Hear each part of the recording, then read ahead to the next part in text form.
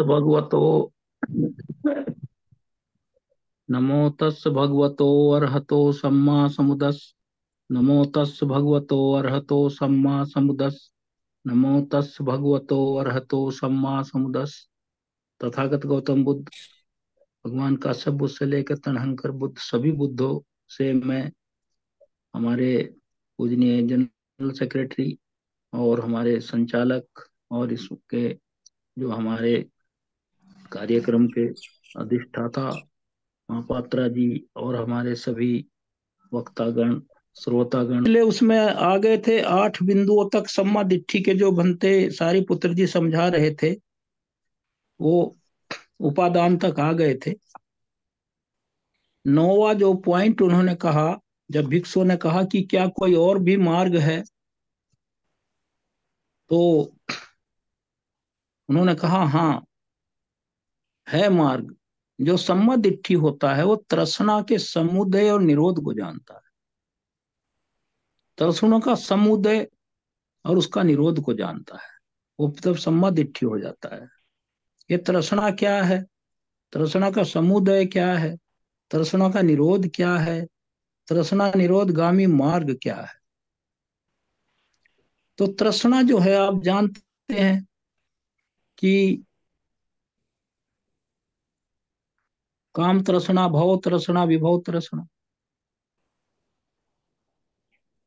फिर इसको आप जानते हैं कि ये हमारी 6 सेंस ऑर्गन है। इसमें रूप तृष्णा, शब्द तृष्णा, गंध तृष्णा, रस तृष्णा, स्पर्श तृष्णा, धर्म तृष्णा के जो 6 हैं हमारे सेंस ऑर्गन, जो रूप है, शब्द है, गंध है, रस है, जिह्वा और यह स्पर्श है। तो 6 तो हमारी इंद्रियां हो गई। और अगर हम इसे 6 को काम तृष्णा, भव तृष्णा, विभव तृष्णा में डिवाइड मल्टीप्लाई करेंगे, 6 या 18 प्रकार की तृष्णा हो गई। और फिर हम लोग जब इसको आंतरिक और बाहरी करेंगे, एक सेंस ऑर्गन एक सेंस ऑब्जेक्ट, बाहर की दोनों मिलाकर तृष्णा बनती हैं। आंख से देखता हूं तो बाहरी तो देखता हूं, तभी तृष्णा का उदय होता है। तो 18 का इंटू 2 करेंगे तो 36 प्रकार की हो गई। और 36 में फिर 3 फिर हमारे काल हो गए, अतीत, वर्तमान और भविष्य। तो ये 108 प्रकार की तृष्णा हो गई। और फिर तृष्णा का समुदय क्या है, वो आप जानते हैं कि स्पर्श से वेदना, वेदना से तृष्णा उत्पन्न होती है, प्रतीत्य समुत्पाद की जो कड़ी है। तो वहां से ये तृष्णा ये है, काम तृष्णा, भव तृष्णा, और समुदय है, वेदना से समुदय है। और इसका निरोध क्या है, जब वेदना का निरोध हो जाएगा तो तृष्णा का भी निरोध हो जाएगा। तृष्णा निरोधगामी मार्ग क्या है, वो अष्टांगिक मार्ग है। तो इस प्रकार ये तृष्णा के बारे में सारिपुत्र जी ने बताया, भंते जी ने। फिर आगे फिर पूछा क्या और भी कुछ है, तो उन्होंने कहा कि वेदना का निरोध जो जान लेता है, और वेदना क्या है, वेदना समुदय क्या है, वेदना निरोध क्या है, वेदना निरोधगामी मार्ग क्या है। तो, तो वेदना जो है वह स्पर्श से पैदा होती है।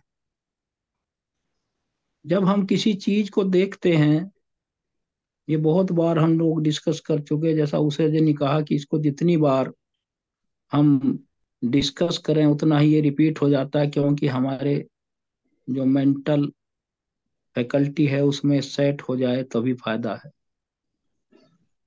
तो वेदना, स्पर्श से वेदना पैदा होती है। वेदना तो आप जानते हैं, सुखद वेदना, दुखद वेदना, उपेक्षा वेदना। और फिर ये तो 3 तो बड़ी कोर्स हैं।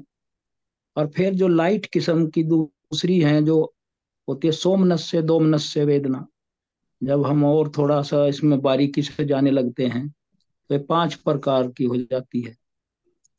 फिर वेदना का समुदय क्या है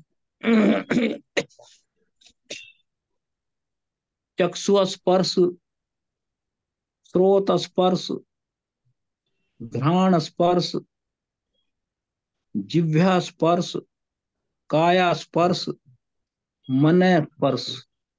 जब हम छह इन इंद्रियों से कहीं का स्पर्श करते हैं, किसी ऑब्जेक्ट को देखते हैं, तो वहां से जो प्रतिक्रिया होती है, अच्छा है या बुरा है, अगर मुझे अच्छा लगा तो प्लीजेंट, तो सुखद वेदना पैदा हो गई। अगर मुझे वो व्यक्ति हो, चाहे कोई आइटम हो, कुछ भी हो, संसार में जितने रूप बिखरे पड़े हुए हैं, इसकी दो ही प्रतिक्रिया होती है, भगवान बुद्ध ने कहा है। या तो वो अच्छा लगता है या फिर वो खराब लगता है। अब देखिए स्रोत कहाँ से चलता है। जब अच्छा लगता है तो वहां से उसको बार बार देखने की हमारी मन की प्रवृत्ति पैदा हो जाती है। और जब वो खराब लगता है या बुरा लगता है तो उससे हमें ईर्ष्या की प्रवृत्ति हो जाती है, उसको हम देखना ही नहीं चाहते। तो यहीं से ईर्ष्या का और मोह का, तृष्णा का, यहीं से हो जाता है। यहीं से उसका एराइजिंग हो जाता है, उदय हो जाता है। ये जो है वेदना से, तो मतलब इस प्रकार की जो है, जहां अच्छा लगता फिर तृष्णा जन्म ले लेती, जहां खराब लगता है तो फिर वहां हमारा द्वेष जन्म ले लेता, नफरत, घृणा, क्रोध, सब एक ही पर्यायवाची हैं। तो ये सब स्रोत, ये हो आ गया वेदना क्या है। भगवान बुद्ध ने कहा है, वेदना व्यक्ति का हर एक सांस, आप इसे फील करिए अपने ऊपर, क्योंकि यह सुनने का और पढ़ने का तो इससे लाभ है ही। इसे जब तक हम रियलाइज नहीं करेंगे, अपने ऊपर इसे लागू नहीं करेंगे, तब तक हम इसका फायदा नहीं उठा पाएंगे। आप देखिए, अपने अपने शांत बैठिए एकांत में, तब जो भी विचार आपके मन में आ रहे हैं, उनसे आपको पता चलेगा कि कुछ तो ऐसे आ रहे हैं जो दुखद हैं, कुछ सुखद हैं, और वो बदलते रहते हैं। थोड़ी देर में कोई अच्छी बात सोची तो सुखद वेदना हो रही है, थोड़ी देर में अगले क्षण उसने दुख की बात याद आ गई, फिर दुखद वेदना आ रही है।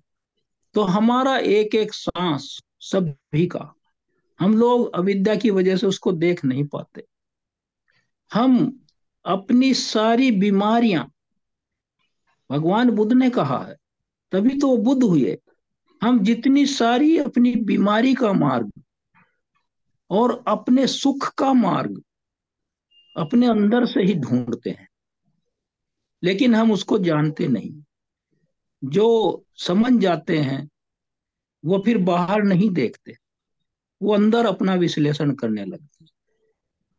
कंट्रोल तो अंदर से होना है, हम बाहर घूम रहे हैं।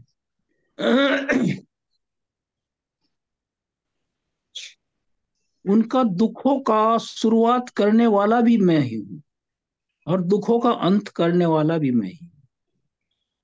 अगर मैं अपने चित्त पर और उसके चित्त का क्या चल रहा है, उसका स्वभाव क्या है, उस पर वॉच करने लगूं, अपने विचारों को देखने लगूं, तो उसमें कुशल क्या है, अकुशल क्या है, लाभदायक क्या है, नुकसान देने वाला क्या है, तो उसको अगर हम माइंड एनालाइज करके जो खराब है उसको छोड़ने लगे, अपने चित्त से में जगह ही ना दें, तो ये बहुत सरल हो जाता है। ऐसा करने से व्यक्ति फिर शांत हो जाता है, क्योंकि फालतू बोलना, अनर्गल पर लाप भी तो गलत बताया ना भगवान बुद्ध।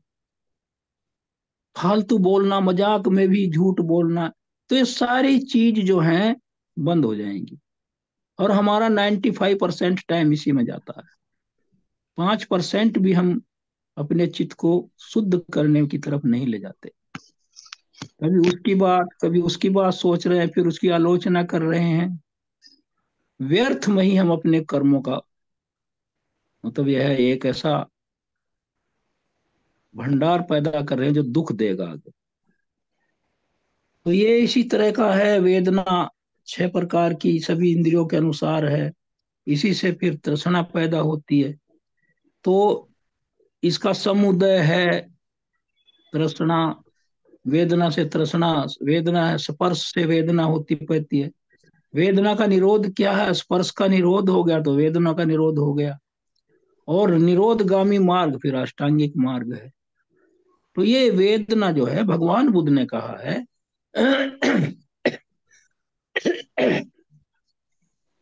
हमारा एक एक सांस किसी न किसी वेदना से आच्छादित है।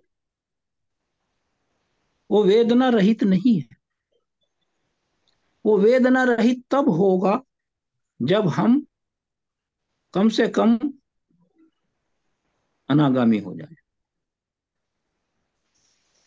फिर हम न्यूट्रलिटी की तरफ जाएंगे, ना अच्छा ना बुरा। उन्होंने कहा कि एक एक सांस वेदनाओं से आच्छादित है, चाहे जैसी वेदनाएं। और आदमी का भिन्न भिन्न अलग अलग डिफर करती है। फिर ये कहा है, आनंद को बनते को संबोधित करते हुए भगवान बुद्ध ने कहा, आनंद, इस लोक में जैसे ठंडी हवाएं चलती हैं, गर्म हवाएं चलती हैं, धूल भरी आवाज हवाएं चलती हैं, और धूल रहित हवाएं चलती हैं, पश्चिम की हवा चलती है, पूर्व की हवा चलती है, दक्षिण की चलती है, उत्तर की चलती है, उसी तरह क्षण प्रति क्षण इन हवाओं की तरह हमारे चित्त में वेदनाएं प्रवाहित करती हैं। इन वेदनाओं को हमें कंट्रोल करना। वेदना को अगर कंट्रोल कर लें तो फिर तृष्णा पैदा नहीं होती। तो इनको वेदना उठती है, तीव्र वो वेदना उठती है, क्रोध आता है, कहीं कहीं हम जहां हमारा मोह है वहां हम उससे भी ज्यादा बढ़ जाते हैं जितना करना चाहिए, वहां फिर दुख पैदा हो जाता है। तो ये वेदनाओं का बताया है कि अष्टांगिक मार्ग ही इसका मार्ग तो वही है सबका। हर चीज को अष्टांगिक मार्ग से जोड़ रहे हैं भंते सारी पुत्र। देखिए, आपने देखा होगा, ये जो मैं कह रहा हूं ये उल्टे चल रहे हैं। जो प्रतीत समुत्पाद का जो है, इसे निरोध की तरफ चल रहे हैं ये। पहले काम आया, फिर भव आया, फिर तृष्णा आई, फिर अब वेदना आई, अब देखिए ये आ रहा, फिर स्पर्श आया। ये निरोध की तरफ चल रहे हैं सारी पुत्र जी। देखिए, सम्मा दिट्ठी कब होगा? जब निरोध हो जाएगा सबका। तो आपने देखा होगा, जो मैं कह रहा हूं आपको बता दूं, ये इसमें जो कड़ियां हैं ये शुरू में चले थे सम्मा दिट्ठी कि ये इसमें कहां से चले थे ये? वह कर्म को और कर्म के मूल को जानता है। अब कर्म से ही भव है, कर्म से ही तो बनता है अगला जन्म हमारा। फिर कुशल कुशल कर्म बता दिया इन्होंने, शुरू में मैंने बताया था आपको, मैं इसलिए कि आपकी समझ में आ जाए। ये निरोध की तरफ से चल रहे हैं, ये मतलब उधर से चले हैं ये, वो मतलब ये है। तो फिर ये चल रहे हैं, इसका रिवर्स साइड से चल रहे हैं। फिर कर्म और कर्म का मूल बताया इन्होंने। फिर इन्होंने बताई इसमें आपको ये आहार बताया, क्योंकि आहार आता है, आहार ही हमारा, ये कर्म भी तो आहार है। मनोसंचेतना आहार, विज्ञान आहार, और मतलब यह है, ये सारे आहार हैं। तो ये हम लोग ये विचार जो, ये भी तो आहार है। हम जो यहाँ बैठते तो 2 घंटे बैठते हैं, ये भी तो आहार है। जबकि ये सबसे बड़ा आहार है, क्योंकि जीवन ही विचारों से चलता है। आदमी 2 दिन भूखा भी रह सकता है लेकिन विचार रहित नहीं रह सकता। तो फिर ये आहार बताया इन्होंने। फिर आहार कैसे पैदा होता, फिर तृष्णा से बता दिया। तो फिर ये 4 आर्य सत्यों को बताया इन्होंने। दुख। तो ये सब बातें उधर से ही चल रहे हैं, जरा मरण की तरफ से ही। तो इन्होंने फिर आगे कहा, क्योंकि स्पर्श स्पर्श को जानता है, स्पर्श के समुदय को जानता है, स्पर्श क्या है, समुदय क्या है, इसका निरोध क्या है और मार्ग क्या है। अब स्पर्श जो है, स्पर्श, हमने हाथ से किसी चीज को हाथ लगाया, वो तो स्पर्श है ही लोक में। वो तो टेंजिबल स्पर्श है जो दिखाई पड़ता है। वो तो प्रत्यक्ष स्पर्श कह लीजिए उसको आप, विजिबल स्पर्श कह दीजिए, फिजिकल स्पर्श कह दीजिए उसको, प्रैक्टिकल स्पर्श कह दीजिए। तो वो तो है, वो तो दिखाई पड़ता है। हम सारा दिन स्पर्श ही करते हैं, सामान उठाते हैं, काम करते हैं, कलम दवात कुछ भी ले, कुछ भी करते हैं। लेकिन ये जो स्पर्श है, ये वो स्पर्श नहीं है। इस पर तो हमने बहुत बोला पहले, बाई चांस उस समय रिकॉर्डिंग नहीं हो रही थी, गड़बड़ हो गया था। तो स्पर्श जो ये है, ये साधारण स्पर्श नहीं है। जब मैं आंख से किसी को देखता हूं, मैं खाली देखता ही नहीं हूं, या कोई व्यक्ति देखता ही नहीं है, वो उसके अंदर पेनेट्रेट करता है, घुसता है।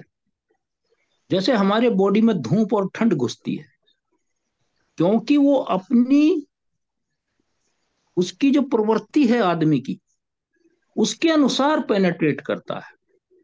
अगर कोई व्यक्ति किसी की तरफ देखेगा, अगर वो कुशल विचारों का है तो उसी अंगिल से देखेगा, अगर वो अकुशल विचारों का है तो उसका दृष्टिकोण बदल जाएगा, और वो अंदर तक जाता है। उस आदमी को पता भी नहीं, जिसको देख रहा है, जो सामने हमारा, जिसको, जो हमारा ऑब्जेक्ट है, जिसको देख रहा है, देख रही है, उसे पता नहीं है। उसके रूप रंग को देख के वो खड़ा खड़ा, बैठा बैठा या चलता चलता उसमें अंदर तक प्रवेश कर जाता है।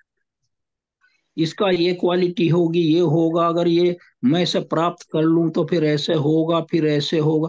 इतना पोस्टमार्टम कर डालता, देखिए, और उसे पता भी नहीं। और इसी तरह सोचता सोचता, अगर वो मोहवश देखेगा, उसे मोह हो गया, या उसे अच्छा लगने लगा वो, तो वहां घुस जाएगा उसमें, उत्तेजित हो जाएगा बैठा बैठा। और अगर उसे वो चीज अच्छी नहीं लगती, तो क्रोधित हो जाएगा। जैसे किसी के सामने से जिसको वो लाइक करता है, चाहता है वो गुजर जाए, तो उसका मन खुश होता है। अगर जिससे उसकी दुश्मनी है या बात नहीं करता उससे, वो गुजर जाए, तो गालियां देता है अपने अंदर अंदर। गाली भी ना दे तो मन खराब होता है, तब उसमें फिर क्रोध जाग जाता है, घृणा जाग जाती है। ये ऐसा स्पर्श है। कैसा स्पर्श है? जैसे कोई आदमी, भगवान बुद्ध ने उदाहरण भी दिया है, एक आदमी नींबू काटे और उससे चूस रहा है कोई, और दूसरा आदमी जो नींबू नहीं चूस रहा है, उसके मन में पानी आ जाएगा, जीभ में। ऐसे उसका शरीर भी थ्रिल करेगा, क्योंकि उसे जानता कितना खट्टा है ये, और ये कैसे इसको चूस रहा। उसके वो चूस नहीं रहा है, उसके मन में पानी, मुंह में पानी ड्रूल कर जाएगा, पानी आ जाएगा उसके मुंह। कितना जबरदस्त प्रभाव है इसका, देखिए आप। वो क्यों है? क्योंकि वो नींबू के स्वाद को जानता है, इसलिए वो उस वेदना को जानता है, जो उस, मतलब जो उससे स्पर्श पैदा हो रहा है। तो ये चीज है, वो स्पर्श जिससे वेदना पैदा होती है। तो ये मतलब ये है। और अगर ये भी इसमें है, मान लिया कोई आदमी ऐसा फल खा रहा है जो विदेश का है, या किसी देश में एक्सपोर्ट होता हो, उसको कॉमन आदमी ना जानता हो, उससे ये पूछता है ये कौन सा फल है, दुकानदारों को फल लेने जाते हैं हम लोग सब।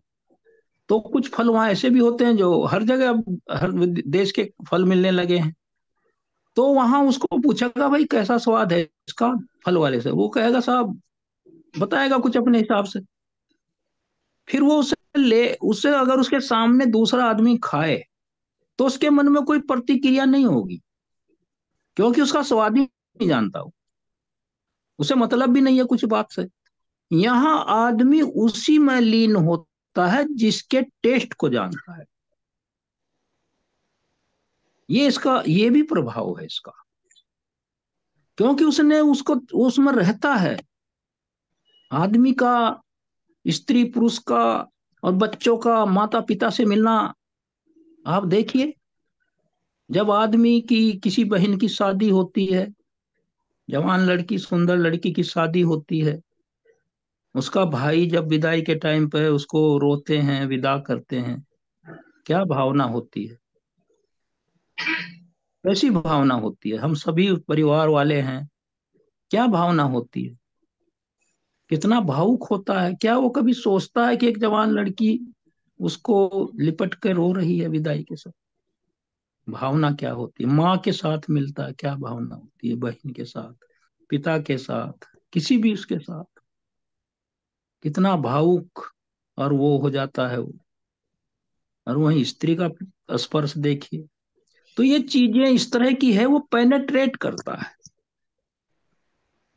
और इसी प्रकार एक उदाहरण और दिया भगवान बुद्ध ने। एक आदमी बहुत बड़ी टावर पर चढ़ा हुआ हो, और ऊपर देखो आप उसे, जैसे ये आजकल टावर लगे हुए हैं, मोबाइल के टावर हैं, बिजली के बड़े बड़े खंबे हैं, उस पे कोई चढ़ के काम कर रहा है। काम वो कर रहा, चढ़ कर नीचे खड़ा हुआ आदमी देखा, उसने देखना ही नहीं है, देखिए वो कैसे उसमें पेनेट्रेट कर गया, घुस गया उसमें। उसके मन में क्या आया, अगर ये गिर गया तो क्या होगा। वो कांप जाता है, चढ़ा वो है, कांप वो रहा, क्योंकि वो सोच रहा कि मैं जैसे गिरा मैं ही गिरू रहा, क्योंकि अपने पे ही आदमी उसको फील करता है, तो वो कांप जाएगा उसे। तो ये स्पर्श है, इस तरह का स्पर्श है। इसी स्पर्श ये बहुत ज्यादा मजबूत कड़ी है।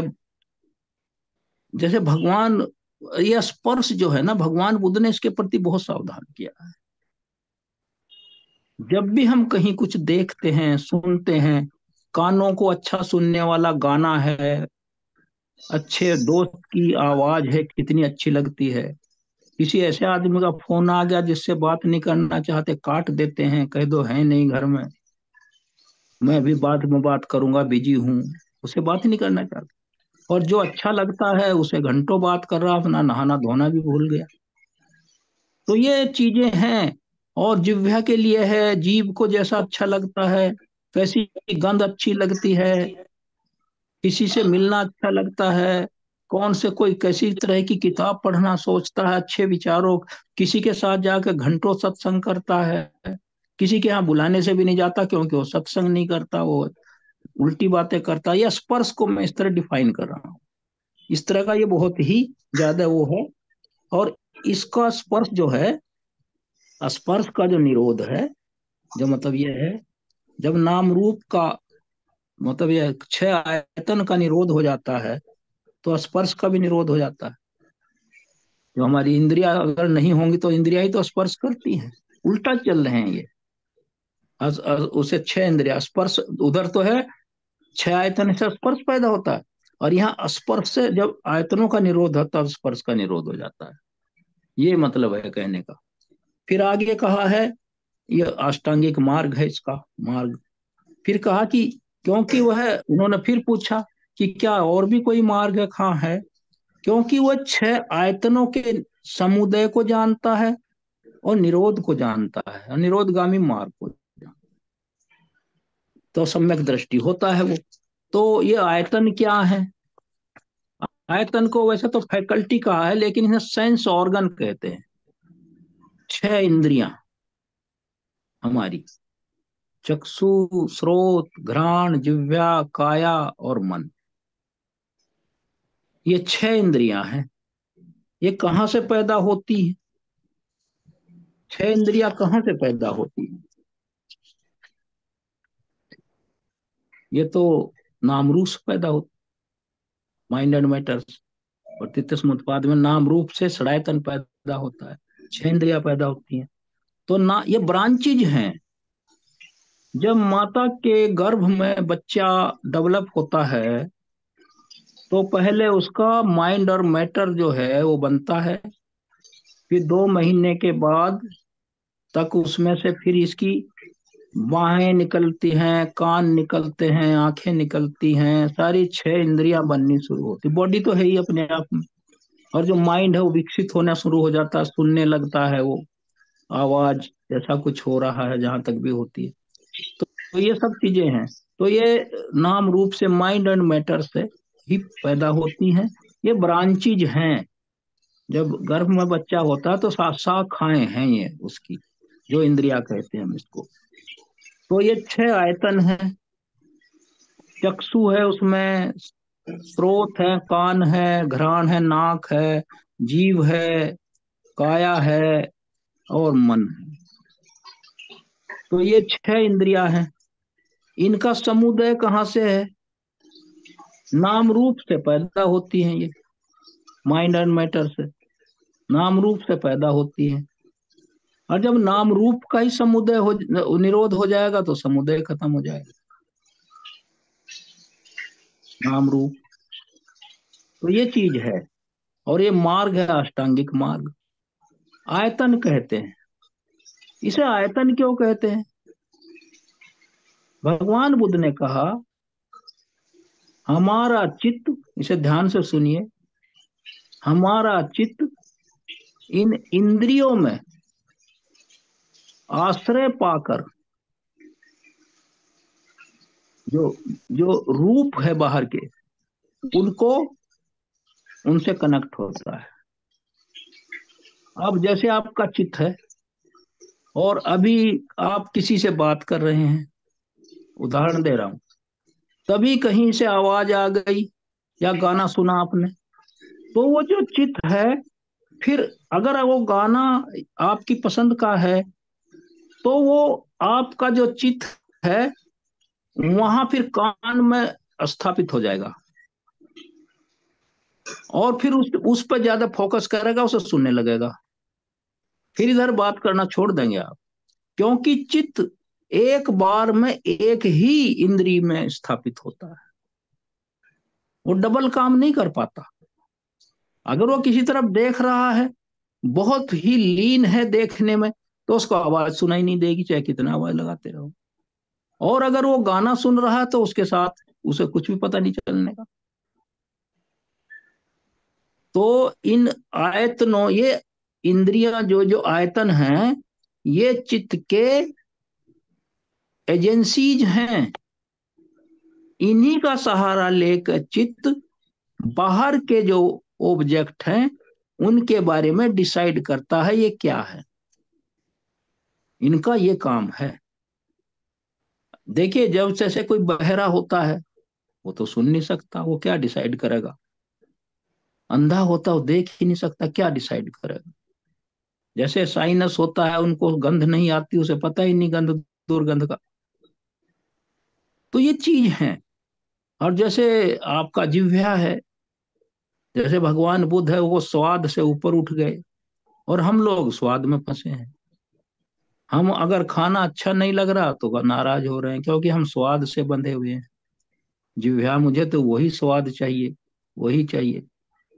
काया से अच्छे से लोग से हाथ मिलाएंगे, 15 मिनट पकड़े खड़े रहेंगे, जहां विरोधी मिल गया उसे फॉर्मेलिटी पैदा करके उसे आगे निकल लेंगे, और जहां मन को अच्छे विचार लगने वाले हैं उसी से बात करेंगे।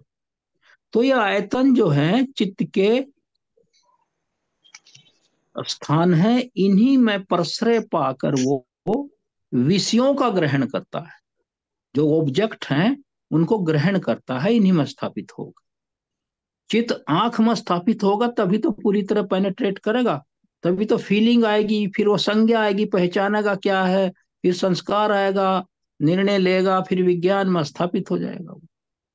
ये है इनका सबका काम। 24 घंटे आयतन चित्त के साथ जुड़े रहते हैं। कभी वो, कभी कभी आंख से, कभी कान से, कभी नाक से, कभी जीभ से। ये इनका काम है। ये बहुत एसेंशियल पार्ट है, इनके बिना चित्त काम नहीं कर सकता।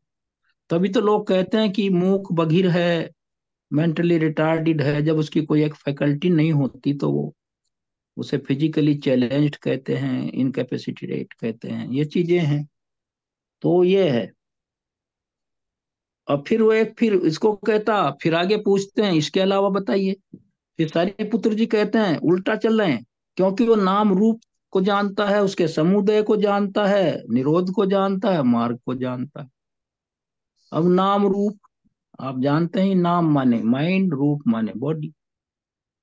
माइंड और मैटर भी कहते हैं, नाम रूप भी कहते हैं, फिजिकलिटी मेंटेलिटी भी कहते हैं, कॉर्पोरियलिटी और मतलब यह है मेंटेलिटी भी कहते हैं। इसी तरह अपने अपने भाषा है को, जब तक अंग्रेजी में है, लेकिन सही तो नाम रूप ही है, पाली का जो है।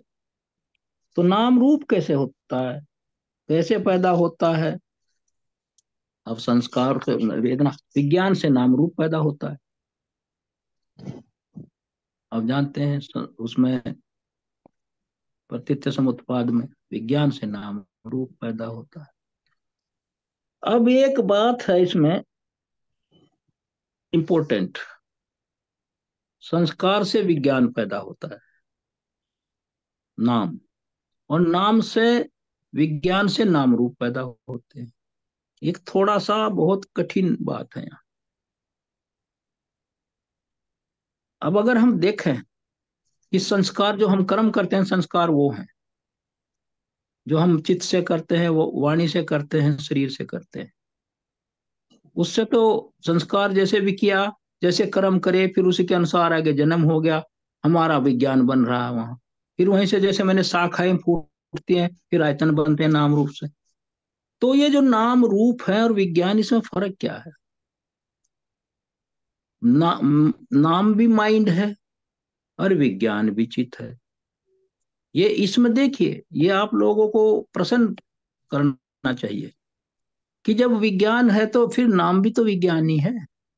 इसमें डिफरेंस क्या है फिर? ये रिपीटिशन क्यों है? ये डबल क्यों हो रहा है? संस्कार से विज्ञान पैदा होता है, विज्ञान से नाम रूप पैदा होता है। अब नाम फिर वही माइंड, रूप तो है ही, अलग हो गया।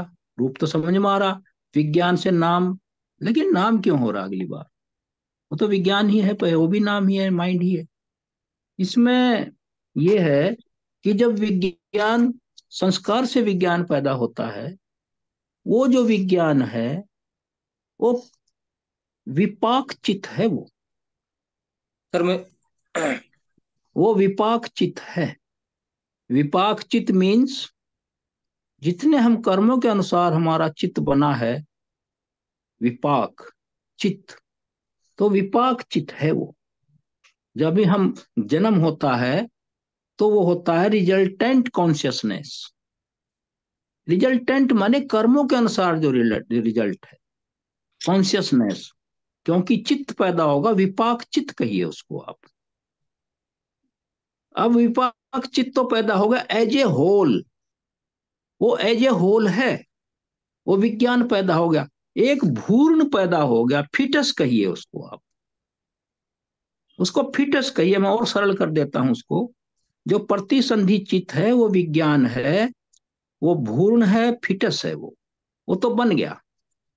अच्छा, जब विज्ञान बन गया, फिर उसमें से नाम रूप बन रहा है। रूप तो ठीक है, टांग वहां जो शरीर है वो बनेगा। तो विज्ञान की क्या बात है फिर? तो और नाम भी तो चित्त ही को कहा है इन्होंने।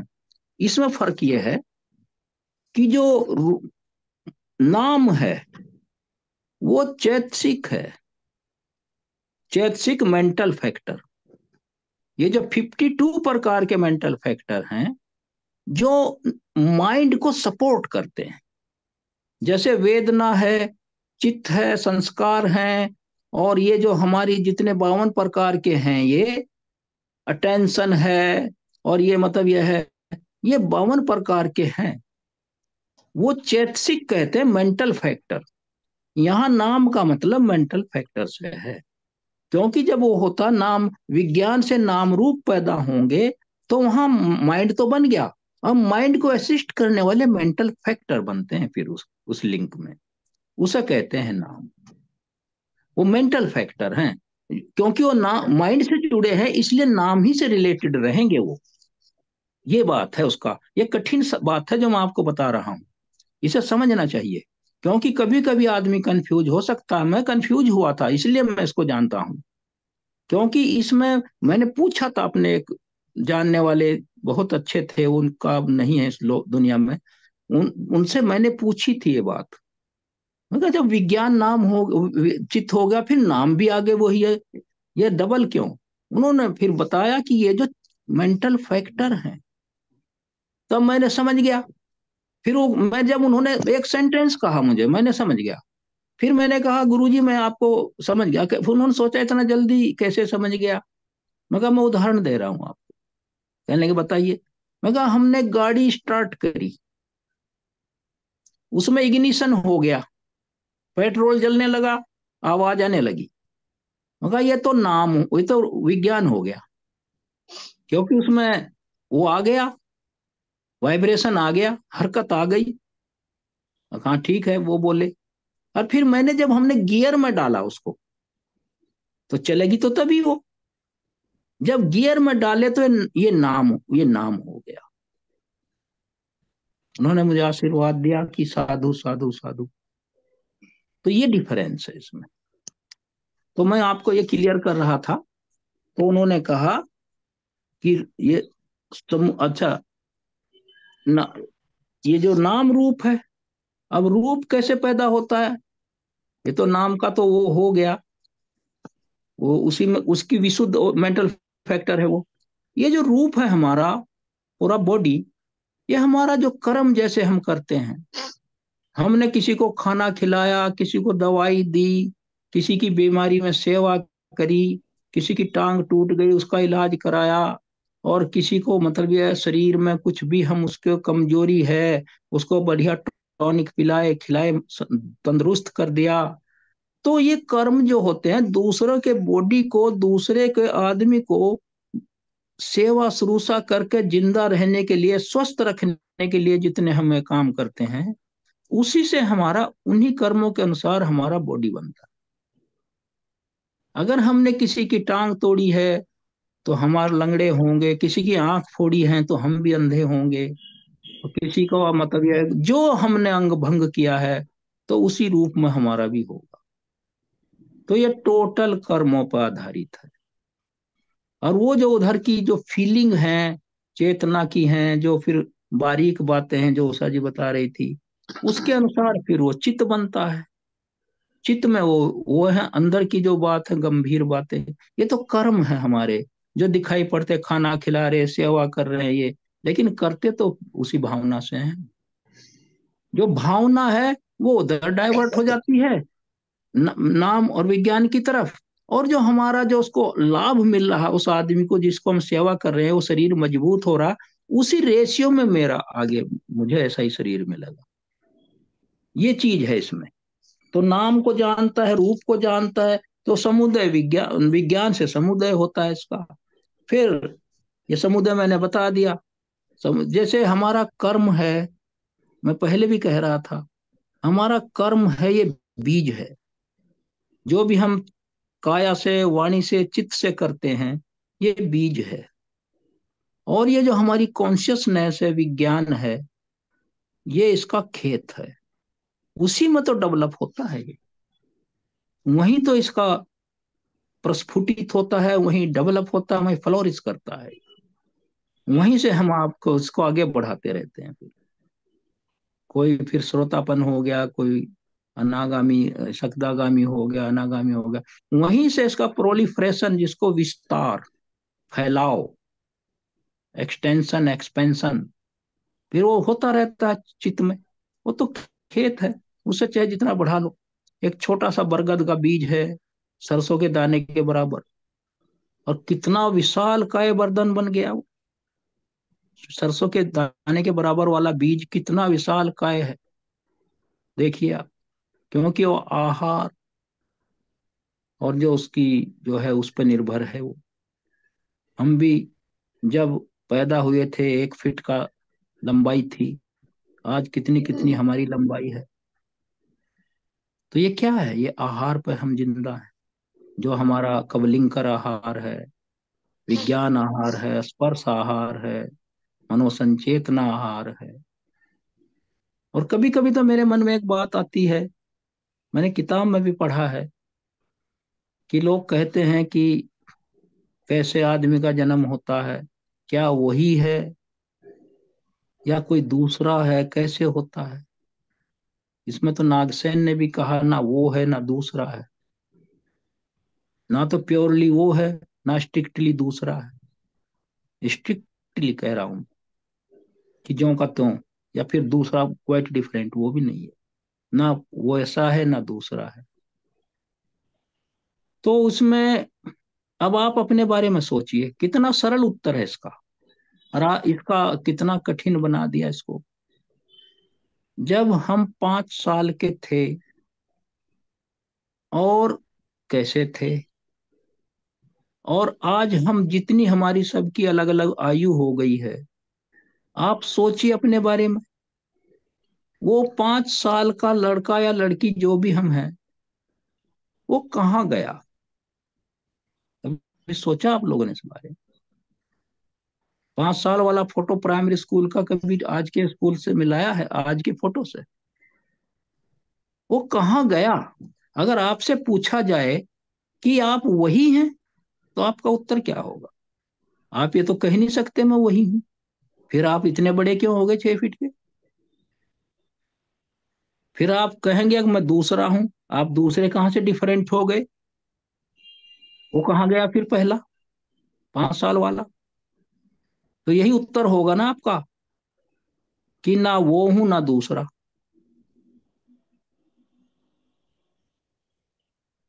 तो ये बात है।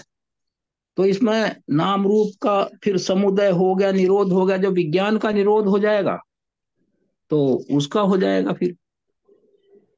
फिर वो विज्ञान। फिर आगे पूछा, फिर वो जानते हैं हाँ एक और भी है।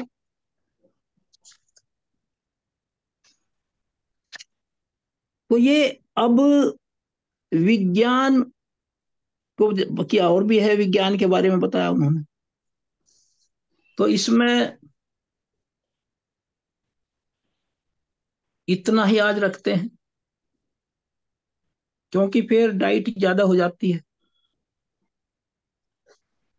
समझ में नहीं आता, फिर दिमाग लगता है। मतलब इसमें ऐसा तो है नहीं, समझना पड़ता है। तो अगले बार इसको फिर रखेंगे कंटिन्यू। तो इन्हीं शब्दों के साथ मैं अपनी वाणी को विराम देता हूँ, सबको साधुवाद देता हूँ।